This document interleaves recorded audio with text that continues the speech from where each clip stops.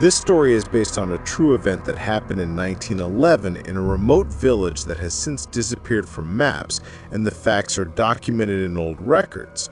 On a cold, foggy night, Ethan was driving his car through a dense forest, barely able to see the road ahead. Suddenly, he noticed a small broken sign that read, "Welcome to Holden Village."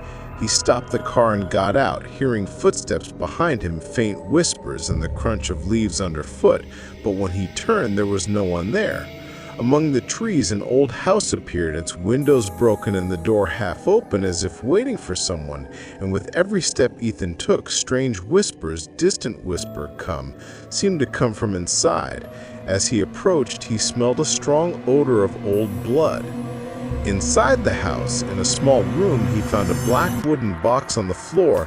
Opening it, he discovered a dark leather-bound journal. On the first page it read, "Do not stay out at night. Do not read this journal. Do not welcome them." He turned to the next page to find another warning. "If you hear footsteps above the ceiling, do not look up, for they can smell fear." Suddenly, he heard a sound, tap, tap, tap, heavy footsteps above the ceiling. The place suddenly became cold and the lights went out, the wind whistling through broken windows.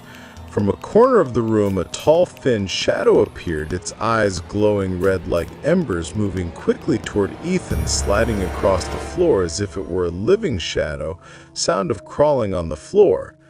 Ethan tried to escape, but the door slammed shut behind him as if someone was forcing him to stay, creaking sound of the door slamming hard.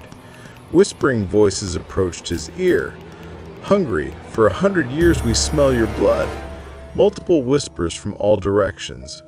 He ran upstairs only to find every room filled with strange drawings of faceless people and long shadows, bodies hanging from the neck without blood, soft sound of swinging corpses. And at the window he saw a vampire's face pressed against the glass, watching him with burning eyes.